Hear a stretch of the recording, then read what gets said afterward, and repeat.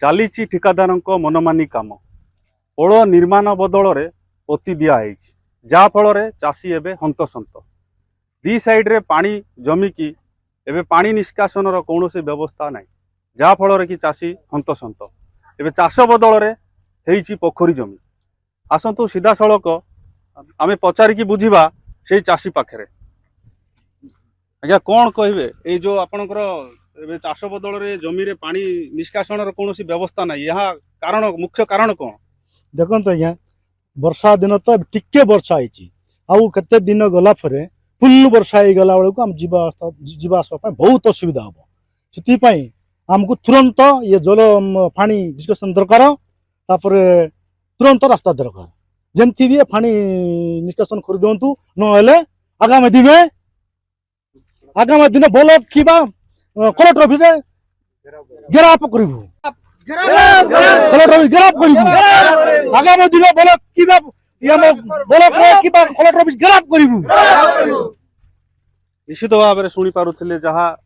चाषी माने बहुत हंतसंत हेबा कारण जोगु वर्तमान बहुत नाराज दौरान वर्तमान आमे आउ जन को पचारिकी बुझा जे सही मालकानगिरी ब्लॉक अधीनस्थ बोइलापारी गाँव में आउ जड़े चाषी अच्छी जहाँ सीधा सड़क भाव पचारिकी बुझा कौन कहे आज्ञा आपंकर कौन असुविधा आमर ये पाखापाखि 30 एकर जमी अच्छे आज्ञा ये किसी दिन पूर्वर न्यूज प्रसारण होगा पूर्वर ब्रिजटा अदा भंगाई ठिकादार से संपूर्ण भांगिकी माटी पोती देते जहाँफल उभय पार्श्वर पानी जमी जाइए एबे से चाष करने असुविधा होची से पानी तुरंत पानी निष्कासन करा जाओ ता सहित ब्रिज निर्माण करंतु निश्चित भाव में शुणी पारुथिले जहाँ कहते जे पानी निष्कासन न करिले आगामी दिन में चाष हो पारिबो नाही एबे वर्तमान जहाँ कहउचंती जे ब्रिज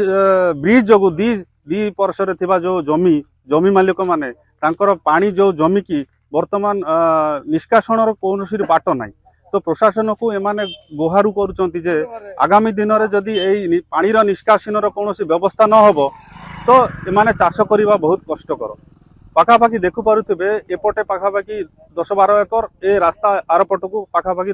10-12 एकर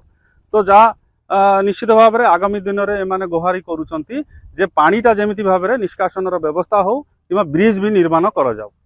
मालकानगिरी कल्याण राय को रिपोर्ट न्यूज 8।